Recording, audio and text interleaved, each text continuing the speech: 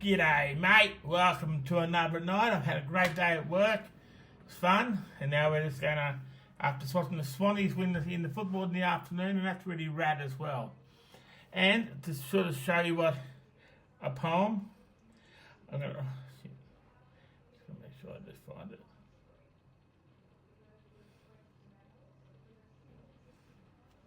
This is it. It's about a guy named Pat who I used to know, but I don't think anyone really should actually worry about this, because I'm actually thinking that this is actually a compliment, not a negative point. Pat is a great protector. He prefers to protect with a tease. Rather than let people muck around, he prefers to protect from the boons and not be like the young dudes. They are committing crimes and Pat comes in saying, "No, you're too shy to be like us with the kids. You see, I am a family person." The Pat comes down saying, "I will protect you wherever you go. If you get treated like a yeah kid, he will push the cool kid in ya. You see," he will say, "and he treated me like Lowell, but I'm the next generation of him. I have YouTube, and I have social anxiety and my voices agitate me like him, but I write it down. Because I am in the computer generation. I don't know why you want me to squabble with you. I just want to relax, and I don't want to squabble. I'm not an animal, I'm a human being. Yep, you big fuckhead, get fucked back. I report to the merry-go-round on Wednesday. Do you that is good, mate. Do you? That's good, mate. Yep, you big fuckhead, get fucked pat. I report to drama tomorrow, and that is that. You see, yep, you big fuckhead, get fucked pat. He reports to his boss. Does he? That is good, mate. Don't watch the footy, watch me. No, your fucking majesty. I prefer footy. Then looking at your ugly face. And then we picked your little nosy. I will pick your little nosy like a little kitty does. Yet me big fucking get fucked pat. I report to my art tonight. Oh yeah. Yet me big fucking get fucked pat. I report to your computer. Tell all my fans. Yet me big fucking get fucked pat. I report to you fans. You say you are fitter than me? Because I partied harder and it slowly gets me down. I walked home and at least it was a walk, dude. At least it was a walk. A fantastic walk. Woman, party right and get down and swing. And now here's the one I wrote today about the merry-go-round. It's only a small one. The merry-go-round goes round and round. The merry-go-round goes round and round. Round and round it goes, you see. You see we have a lot of horses and 2 elephants.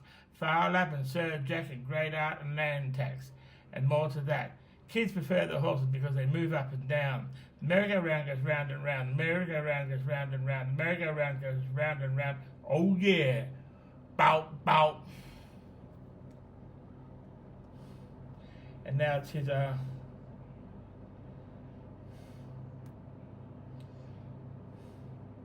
here's a poem. Here's from something that came out of my mind last night when I was dreaming. I was doing this and performing in Neptune. This is another poem. There's 2 poems in this. So I'll read one and I'll have a bit of a talk about it, and I'll read the next one. Time to go to a party to celebrate the Crows winning. And we will get down and party, dude. And don't be fucking rude. But if someone tells you what to do, you say, "Yes, your majesty." Because they are acting like a flaming queen. Or king. And it makes a place look really clean. Rock and roll music is such a good thing. So much, in fact, you don't know what you're doing, mate. And all the crazy people are squeezing their way into your head. Go to the pantry to buy some bread. You better shut up, you big dickhead. You see, people are trying to be an adult so they don't get teased. And when they go to bed and try to put the kid back into, you see, and then I watched the sport and cheered very loudly, and then we will party up right up here on Neptune. Saying it is totally radical, dude. Really, really, really rad. And then the man said, "You're kidding me, right?" And then he will say, "Welcome back to the fucking land of the living. And we will party all night. From the first day you were born to the current day. And then we will party, oh yeah, mate, bloody yeah. And then you go to the pub and have a nice cold beer. And if you want to say, I tells ya, mate, I am wondering why you watch me playing, for who cares if I go to bed? Why do people worry about me going to bed? People get obsessed about being normal. Dude, who wants to do well at my job? Party, party, party. Oh yeah, we will party. In the famous Neptune pub. Oh yeah, bow, bow. And that was the first one. It's very good, sort of twisting your words together, and it makes it into a really good kind of poem atmosphere. Here's the next one. We are going to have some sex. I will. And have it with a lady who is really cool. Oh yeah, oh yeah. Moving on better, not watch your back. You see, you give some poor old person who thinks you are slack, and people want to party on. It is sad that the Sydney Swans are having problems. Oh yeah, oh yeah. You see, you are a cockles. You smiled at my mother when she put the hose on me when I was playing like a family kid. I don't really want people coming over. I know my writing is rad. I was doing a few laps of the pool. I don't like how adults don't want to muck with me. I paid $120 to put my art in an exhibition. I did it all myself, no help.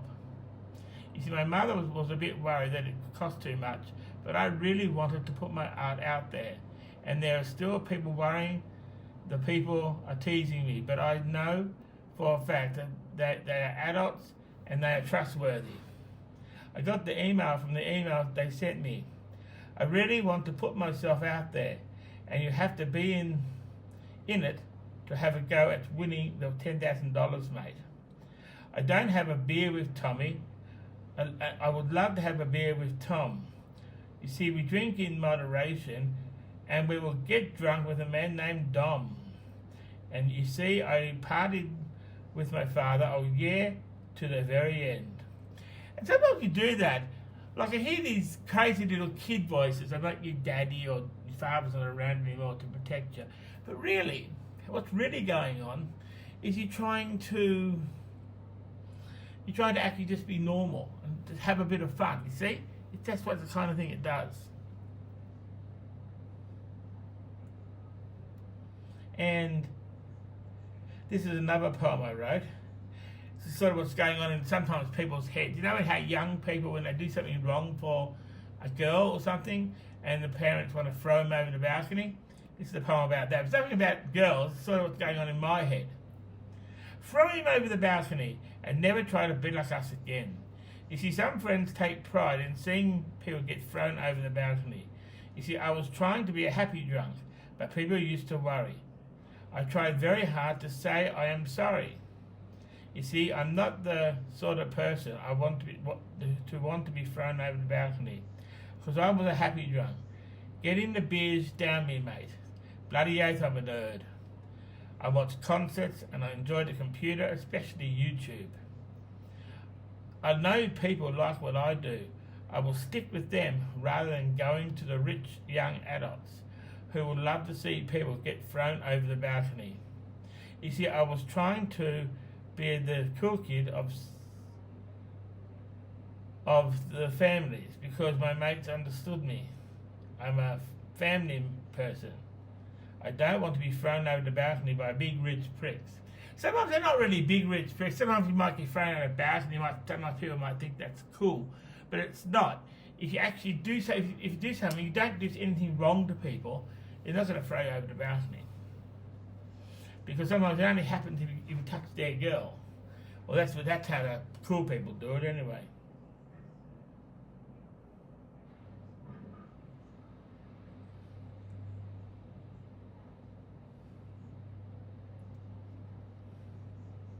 Don't see if there's any more poems. Like to see if there's any.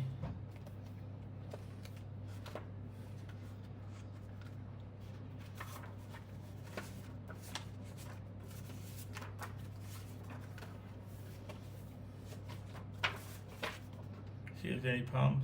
This is the one about September 11, 2001. I wrote it, and there's a picture of it. See the planes going through the Twin Towers? It's old now, but it really was a great poem that I wrote it for. And wrote this in this book here, if you ever actually had a copy. Back in the day of 11 September 2001, in most areas of the USA, Twin Towers, the Pentagon, had big planes going through them, and the planes weren't empty. They were full of many Americans who loved business, loved travel. And the terrorists said it was good, but if you look at it, so many people died. Uncles, fathers, mothers, aunties, sons, daughters. And so many people to this very day are feeling very lost and shameful, very sad. But those people are still with us. The terrorists didn't win.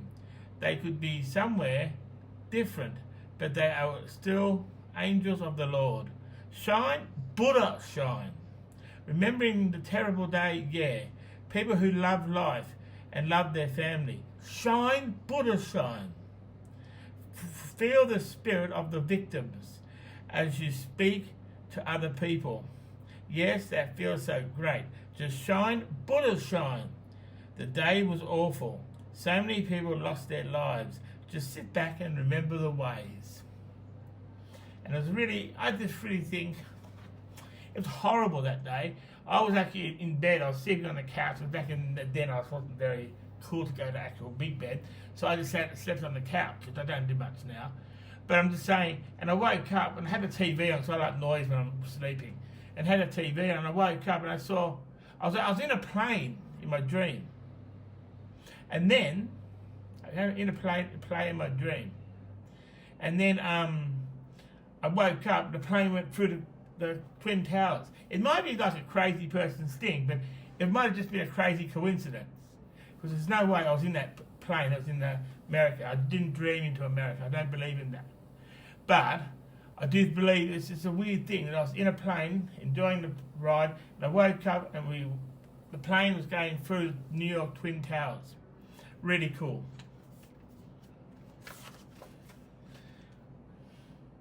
Here's another poem I did. It's actually there's a picture I drew for the poem. It's really cool. Really. It's how it goes. Get yourself some tickets, dude. Get yourself some tickets. Get yourself some tickets for the concert this week. You must get the groove on and feel like you're partying as you get your tickets for the concert this week. You see, you could get tickets for Mamma Mia, Lion King, and Twisted Sister, Def Leppard, and Cold Chisel, and Midnight Oil as well. Don't sell drugs at the concerts though, or you might be off to jail, dude. And that will make your reputation, mate, really, really bad. Get yourself some tickets, dude. Get yourself some tickets, dude. Get yourself some tickets, dude, so you can all enjoy it, yeah. Get yourself some tickets for the Grand Ole Opry. I actually like watching that on YouTube. I think that's one of the best things that YouTube have got. They play content from all over the world, and you can actually sit there and watch it. And now I've actually paid, and that's $16.99 for the premium. I can get YouTube all that without the ads bothering me. So, and that's what I didn't really like, seeing the ads. Sometimes you have to sort of wait until the ads finish before you can watch it, and that's really bad. Okay, I've got one more thing I've got to do.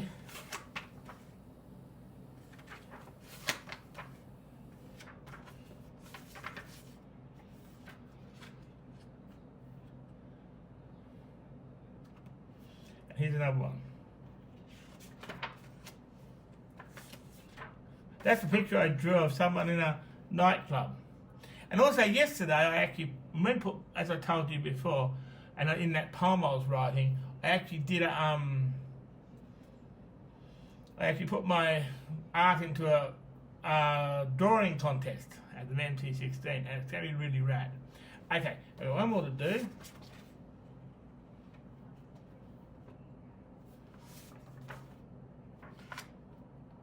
Mr. Tom Nickelbone decided to have a walk in the sunshine, but on this day there were two awesome Airbuses on the way to Mars.